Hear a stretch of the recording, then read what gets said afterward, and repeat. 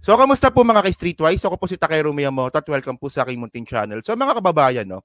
So, tulad nga po ng sinabi ko nga po kanina, so may kumakalat po kasi ngayon na na isang newspaper, actually front page lang naman siya na kinocongratulate itong si Mayor Alice Guo sa kanyang pagkapanalo bilang mayor ng Tarlac. Okay.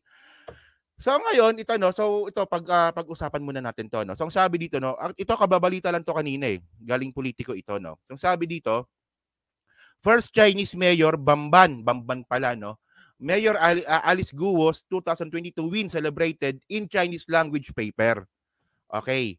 So ngayon may kumakalat po ngayon talaga na sa social media na isang newspaper nga po na nakasulat po sa Chinese at yung nakasulat nga po talaga doon ay first Chinese mayor in the Philippines.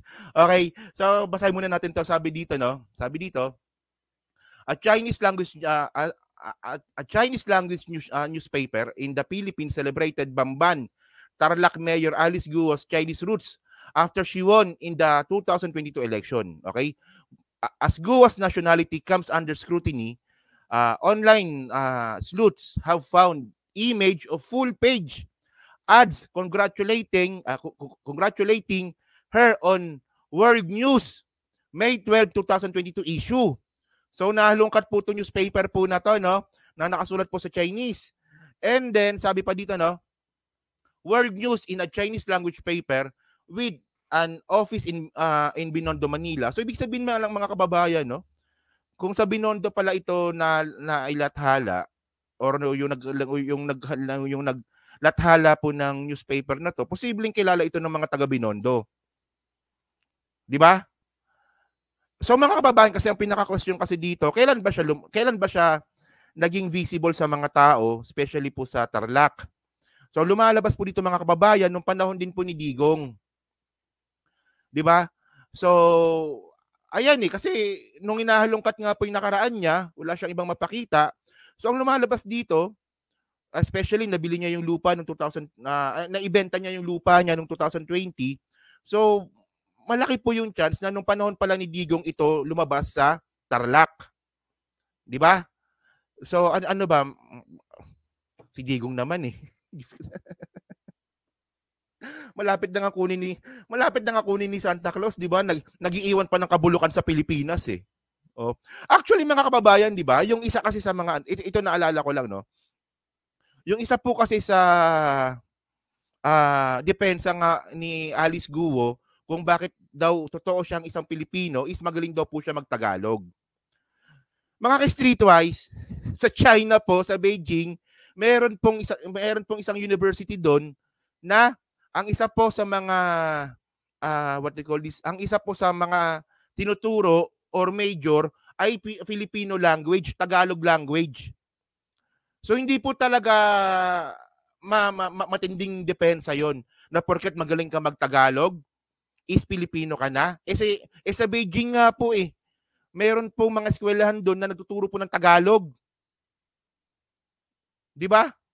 Oh, so continue muna natin. So sabi pa dito, Guo was hailed, 'di ba?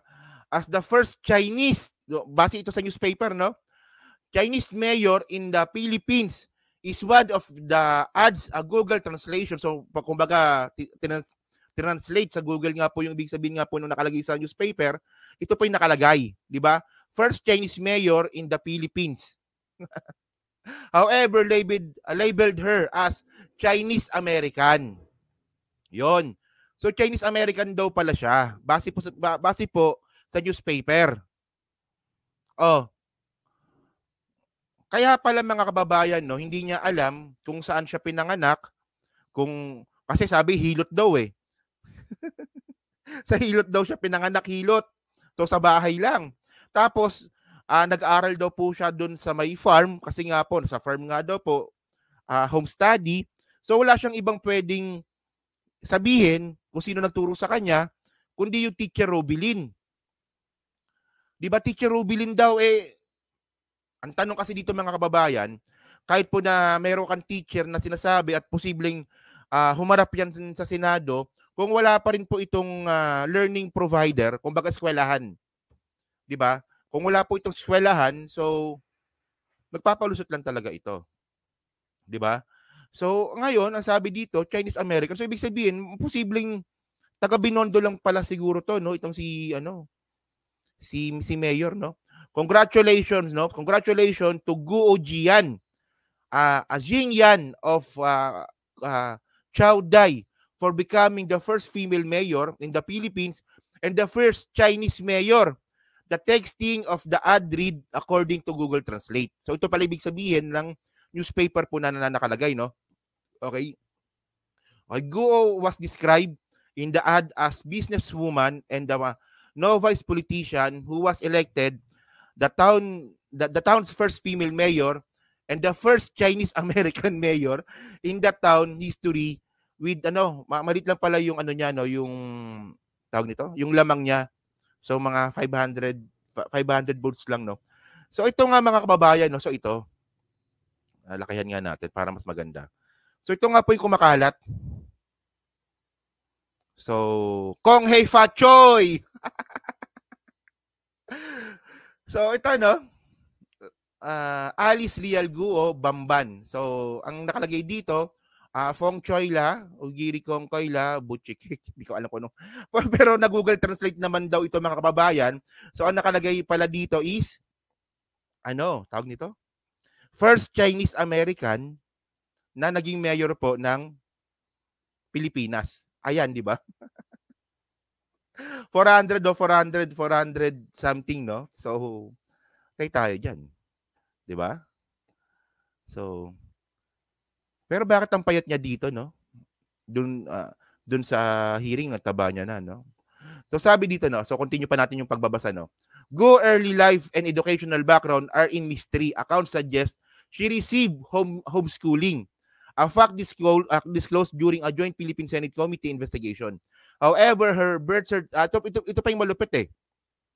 Her birth registration faced a delay occurring when she was 17 years old. So ito mga kababayan, kwento ko lang, no. So ang dami kasing butas nito, no.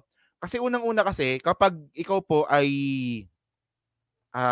late registration, 'di ba? Kailangan mong pumunta sa NSO. NSO pa rin ba tawag hanggang ngayon? PSA na ata ngayon, 'di ba? PSA. 'Di ba PSA? Okay. So malabo naman yun mga kababayan na hindi alam ni Mayor kung kailan at kung ano yung mga pangyayari nung nagpa-late registry siya. PSA pala, PSA, no? PSO dati, ay NSO dati, no? PSA. Kasi alam ko yun mga kababayan po kasi meron po akong kilala at sinamahan ko po sa PSA noon na nagpa-late registration siya noon. O may kilala po ako. So kailangan mo talagang pumunta doon. At kailangan mo pa na magpapatunay na totoo yung mga sinulat mo doon. For example, kung pinanganak ka sa hilot, dalhin mo yung manghihilot. Ganun yun eh. At saka meron mga supporting documents yan mga kababayan. So parang ang labo naman ng ganun, no?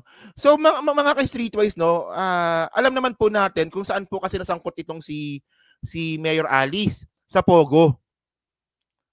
Nakita nyo ba yung nakita nyo yung video ng itsura nga po ng Pogo Hub? Talagang ginastosan po talaga mga kababayan. So talaga may mga kwarto at sangkot pa nga daw po sa mga hacking. 'Di ba? So kailan ba pumasok yung Pogo? Ang tanong. Kailan pumasok yung Pogo? So syempre tingnan natin, 'di ba? So pumasok po kasi yung Pogo. Ito pumasok yung Pogo. So POGCOR started the processing of license application for Pogo in 2016. So panahon ni Digong, after it decided not to renew the license of local online gaming firm PhilWeb in an effort to boost its revenue. So mga kababayan, ang nagpapasok po sa Pogo si Digong. At meron po isang Filipino company na katulad din po ng negosyo ng Pogo na hindi po binigyan ng permit. At ito po yung Pogo, ito po yung PhilWeb.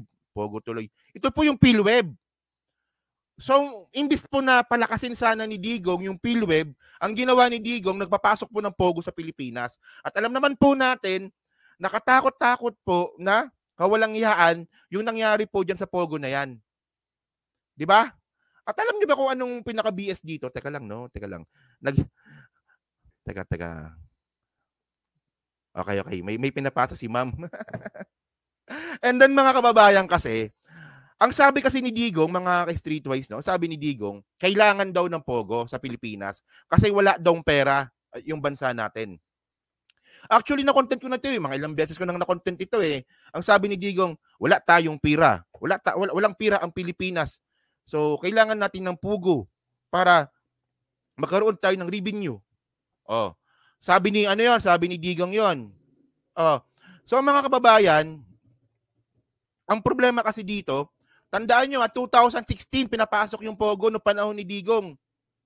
2016 kakaupo niya pa lang. Hindi pa umiinit yung tumbong niya doon sa trono ng Malacanang. Ayun ang isa sa mga unang niyang ginawa, nagpapasok po ng Pogo. So kung ang sinasabi nga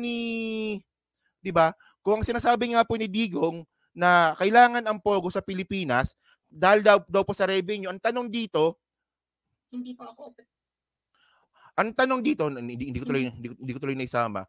Ang tanong dito mga kababayan, bakit 2021 lang? 'Di ba? Bakit 2021 lang nagkaroon po ng maayos na taxation yung Pogo? 'Di ba? Naano ko na yan na-content ko na nung nakaraan yan eh. 2021 lang po mga kababayan, nagkaroon po ng taxation yung Pogo. So, ibig sabihin, no, 2016, 16, 17, 18, 19, 20, 21. So, 5 taon. 5 taon bago nagkaroon po ng maayos na taxation yung Pogo. Diba? So, ibig sabihin, no, 5 taon na yung Pogo sa Pilipinas, wala pang maayos na taxation. So, ano ba to? Kumikita ba si Digong dito? So, bago siya umalis bilang presidente, kasi 2021 eh. So, bago siya umalis na bilang presidente, so, kailangan malinis. So, doon niya na pinasa yung taxation ng Pogo. So, kumulimbat ba muna siya ng pera? Ganun ba yon? Ewan ko lang ha. Pero parang ganun, parang napakalabo naman yun eh. Pinapasok mo yung Pogo 2016, hindi mo kagad inasikaso yung taxation na sinasabi mo na kailangan ng pera ng Pilipinas, and then, 5 taon bago nagkaroon ng maayos na taxation. So, anong nangyari sa 5 taon? Saan napunta yung mga kickback? Saan napunta yung tax, supposedly na tax? So, kaya naman pala hindi nagpapakita ng salin si Digong. Kaya naman pala. 'Di ba? Ang daming naloko ni Digong. Buti na lang ako hindi masyado, no. Naloko ako siguro mga 70%. Pero mataas pa rin 'yun, no. Pero mga 70% naloko ako, pero hindi tulad kasi talaga ng iba na talagang naloko 100%. Pero mga kababayan, at least ngayon, huli man, kung hindi pa si PBBM ang naging presidente, hindi po natin malalaman yung mga katarantaduan po ng matandang hukluban po na yan. 'Di ba? So ngayon, no, balikan natin si Mayor Alice Go. Parang ang dami ko talagang crush, no? Hindi pa ako operate. Parang crush ko rin ata si Ma'am Alice, no? Ang dami kong crush. So panoorin natin to itong part na to. Sige. Hindi po ako protector o cutler po ng Pogo. Wala po akong kinalaman sa kanilang operation at sa kahit anong gawain sa loob at labas po ng Pogo. Dati po akong isang incorporator po ng Baofu, ngunit ito po ay aking naibenta bago pa po ako pumasok sa politika. Hindi ko po alam na fugitive po siya. Maraming red flags no? Number 1 is fugitive yung isang partner. Number 2, sa financial statements, hindi naka-declare yung assets and hindi rin naka-declare yung kanyang sales. I am most alarmed by how opaque Mayor Alice Go's answers have been, especially about her personal background. No school records from grade school to college or grade school to high school. No hospital records dahil ipinanganak sa bahay.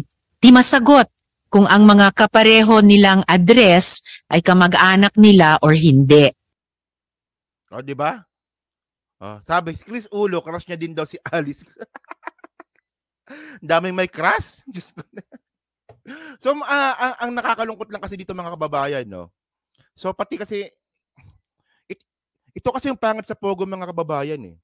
Pati rin po kasi mga fugitive, yung mga may kaso po sa China, ay nakakapunta po sa Pilipinas ng malaya. So, ano pa ba? 'Di ba? Digong, ano bang ginawa mo sa Pilipinas? Walang yaka. Walang yan Digong na to, no? Akala mo naman napakatino, no? Tapos ngayon kung magsalita, akala mo naman napakatinong presidente. Ngayon lumalabas na ngayon yung mga kalokohan ni Digong. Walang yaka talaga Digong, no? Kailan ba magpapasko ng makuha na ni Santa Claus to? So yun mga kababayan, no? So yun. So ano nga po masabi nyo nga po dito? Sa lumabas nga po na isang article sa dyaryo at nakasulat na first Chinese mayor in the Philippines na si Mayor Alice Guo. Di ba? So kayo ba, naniniwala ba kayo na merong anomalya ito? Naniniwala ba kayo na may kinalaman si Digong dito? Ako, oo.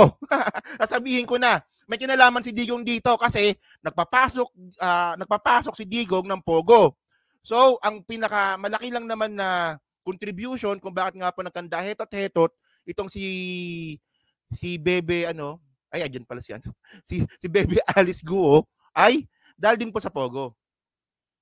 Di ba? So yun, so dyan po sa 1,800 po na nanonood, hindi po nakakapag-like, balik na lang po ng video po na to, at dyan po sa team replays. Ano nga po masabi nyo nga po dito sa cute na pumipiyok, cute na newspaper ni Ma'am Alice Guo. Yan. So thank you po mga kababayan. So maraming salamat po, no.